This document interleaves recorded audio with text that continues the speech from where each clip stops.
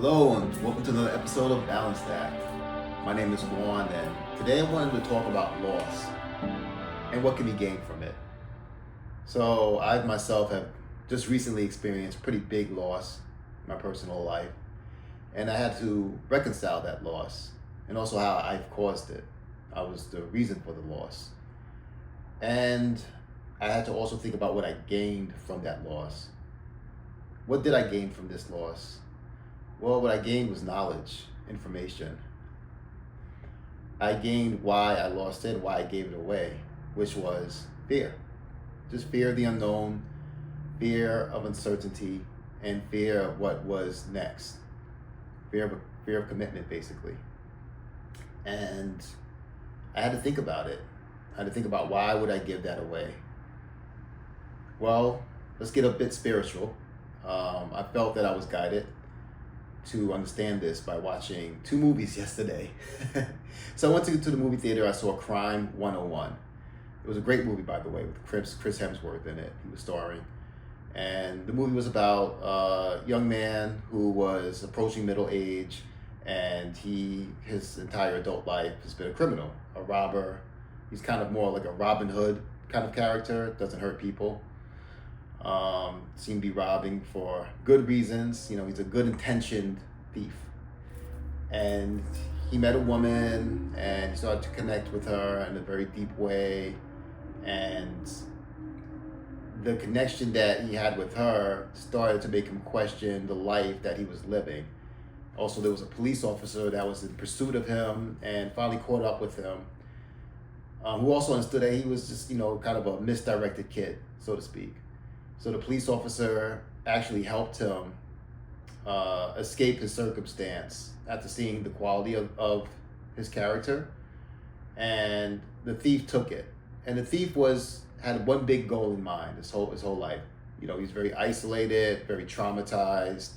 And his big goal in his life was to make a certain amount of money, hit this certain number, and then he'll be happy. Then he'll stop stealing, and then he'll live the life he wants to live.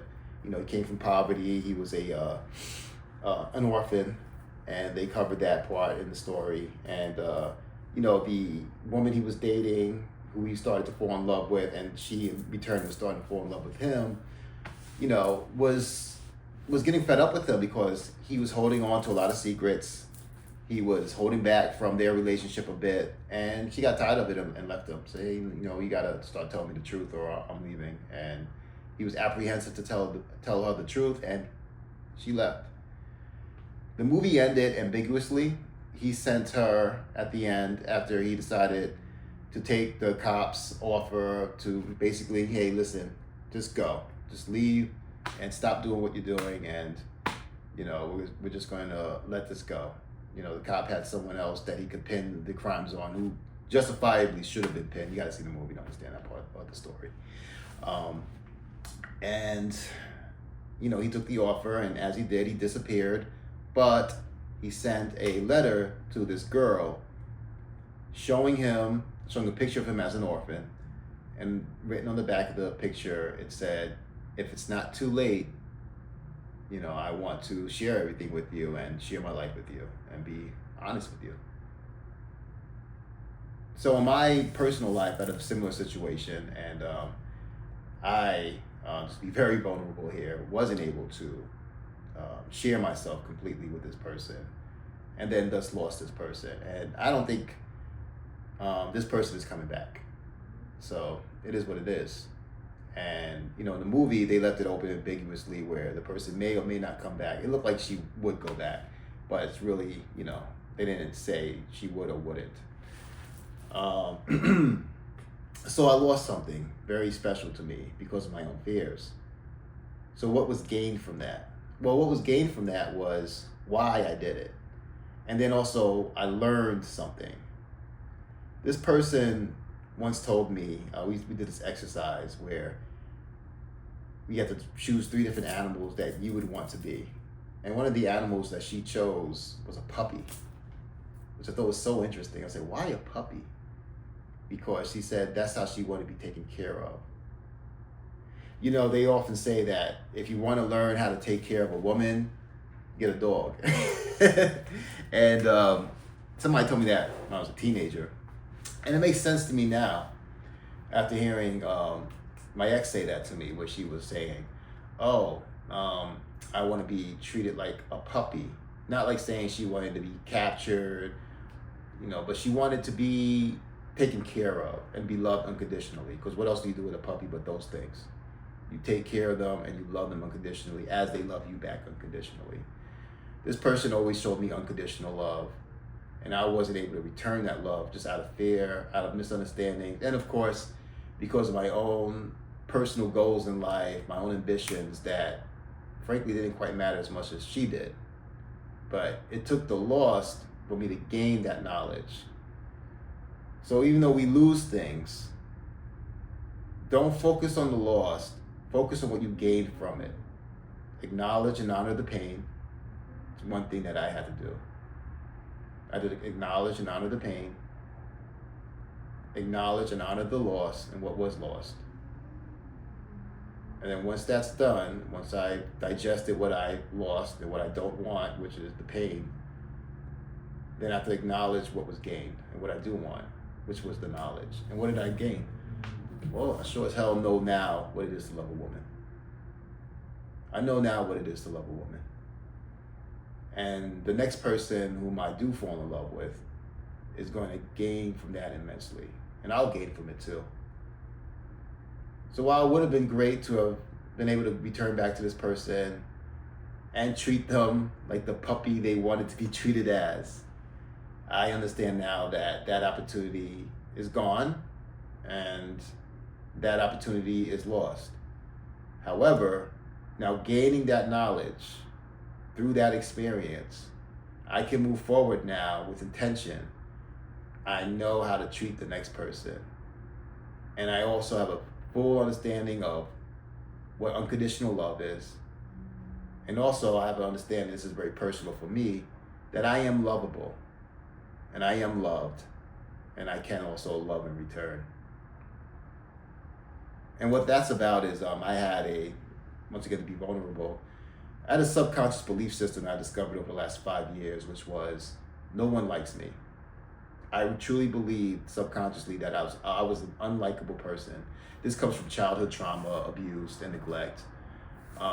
Something I won't get too much into now, but that experience as a child created a belief system within me, which was, I'm unlikable. I'm an unlikable person.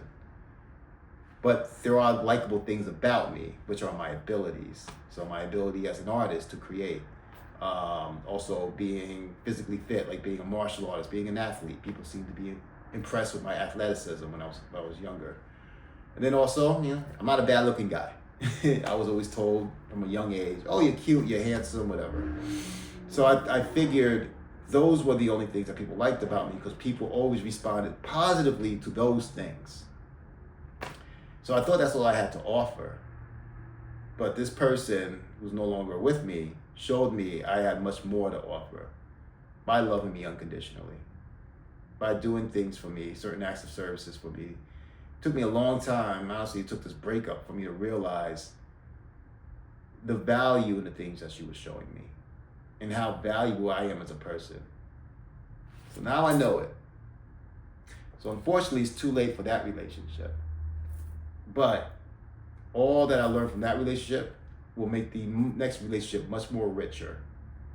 And right now, it will make the most important relationship I have far richer, which is a relationship I have with myself. So I want you to learn from my experience. So my experience has been, take what is lost, and from that lost, see what is gained. And this ties into Abraham Esther Hicks. I love her. In order to know what we do want, we must know what we don't want. And that's the idea, of the 5 steps. Step 1, know what you don't want through contrast. So experience something that you don't want. In my case, it was loss of a partner.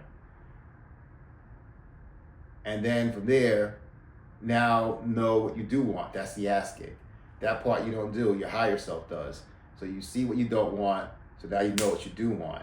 So you ask for it. Step 3 is receiving. Now you must receive what you do want. And that's the part that is understanding what is gained. So you experience the loss, that's step 1. You digest that loss, you honor it, that's step 2. And now step 3 is know what is gained and make that actionable. Feel it in your bones. And you feel in your bones after doing step 2, which is sitting with it. I sat with it personally, of course, through meditation. I am a meditator, as you may know if you watch this channel. And through meditation, I was able to integrate what I've learned from this recent loss.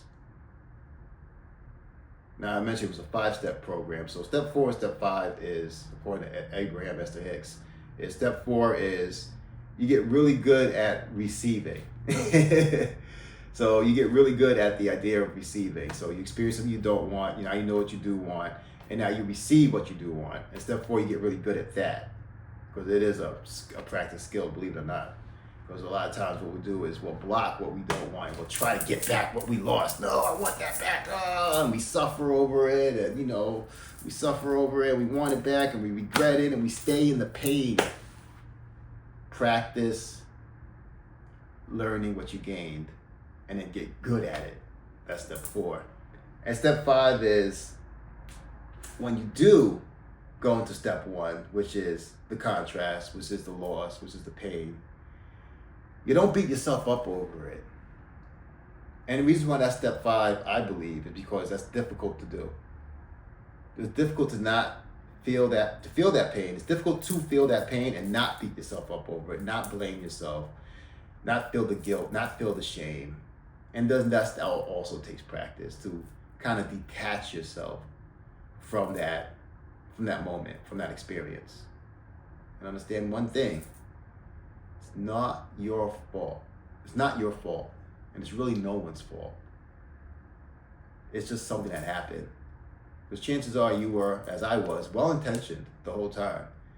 You just had underlying beliefs, thoughts, and confusion that just gummed you up until you finally experienced what you didn't want.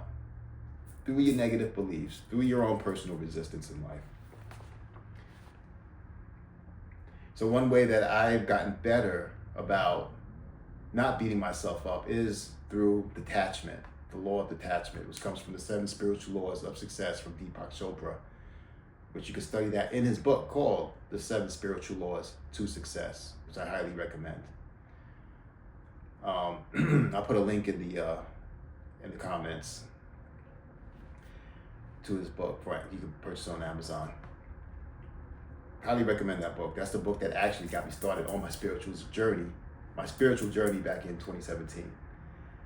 So through the law of detachment, basically you desire something, but you're not attached to the desire, which basically means you don't beat yourself up and suffer over the thing you want while you don't have it. So you might want to make $1 million, and you desire that $1 million. And you desire it for good reasons, right? And then you're going to pursue that $1 million.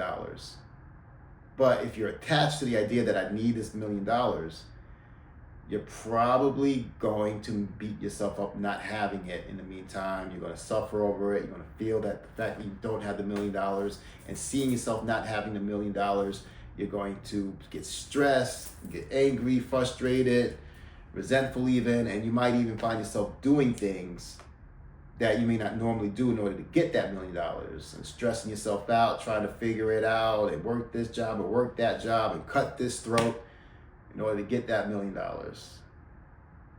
Be like the character in the movie Crime 101, just sacrificing relationships, sacrificing yourself, hurting people in order to get that $1 million, that goal that you want. But if you're detached from the need of having $1 million, even though you want the $1 million, if you detach yourself from the need of having it, then you can pursue that $1 million with joy, with glee, and you can see it on the horizon. And this is another point from Esther Hicks, which is be satisfied with what is while being eager for what is next. So you see how all this ties back to those metaphysical teachings. And on a practical standpoint, what you're doing is you're calibrating your nervous system to a new reality. So your nervous system has been conditioned beforehand to live within a certain reality, and which was fear-based, which was, I need to hit this goal or else I'll die, because the nervous system is very binary, right? So it's like, it starts to tie the thing that you want, because you want it so bad, that it starts to tie it to your necessary survival. Things like, oh, I need this to survive, which it doesn't, obviously. But your nervous system doesn't know the difference. It's just like, you need this thing, you want it so bad, you must need it to survive. That's just the conclusion your nervous system comes to. So it starts to get stressed, starts to punish you, starts to motivate you in negative ways through fear, in order for you to get that thing. But with detachment, you tell yourself, I would like to have that thing. But now you pursue it, the desire, with a sense of detachment. Like, it doesn't matter if you get the thing, because you realize it doesn't actually matter. It doesn't actually matter. If you're lucky enough like me to live in the United States, it's very difficult not to survive here. Just be honest, it really is. The government will take care of you. You can live on the street and live for 30 years and survive just fine. Maybe not living a lifestyle you necessarily want to live, but you'll live, right? Very difficult not to live here. But you're putting forward the effort to reach that desire, you're not going to be on the street. Far from it. And if you let go of the attachment to the thing that you want, scientifically speaking, you are now giving yourself more energy, because your nervous system uses a lot of energy to uphold fear, uphold stress, and it destroys your body through the constant release of cortisol. So if you release that energy of holding on to this thing you need, you now have much more energy to pursue your dreams, to stay structured, to follow a routine, and of course, you'll just feel better while you're going after this thing. And also, you're enjoying the things around you while you're going after this thing. And you never know. So with detachment, if you're going to the right, but then things start to rear to the left, and things seem like it's better to rear to the left, you'll go to the left more easily. Versus if you're attached to the idea of how to get this thing and how you're going to get it, you got maybe force things to go to the right, thus then pushing yourself away from what you truly want. Because a lot of times what we imagine we want isn't what we truly want on the inside. You want $1 million, you don't really want $1 million, you want security. Or you want freedom, or you want experiences. And there may be other ways to get those things besides having $1 million in the bank. So in conclusion, take what was lost, and from what was lost, see what was gained. And follow these steps, both metaphysically, through Esther's teachings, or through the practical ones, through the idea of how the nervous system works in these situations as we integrate trauma and we detach ourselves from needing the thing, releasing more energy throughout our nervous system, throughout our body, so that we can better pursue things we want and live a better, happier life in the meantime of our pursuits. All right, thank you again for joining me for a very personal and very revealing episode of Balanced Act. And through my own personal loss, I have gained, and I hope you have as well. God bless you all, and may you find the road between the metaphysical and practical teachings of this world to your own well-being and understanding. I love you all. God bless you all.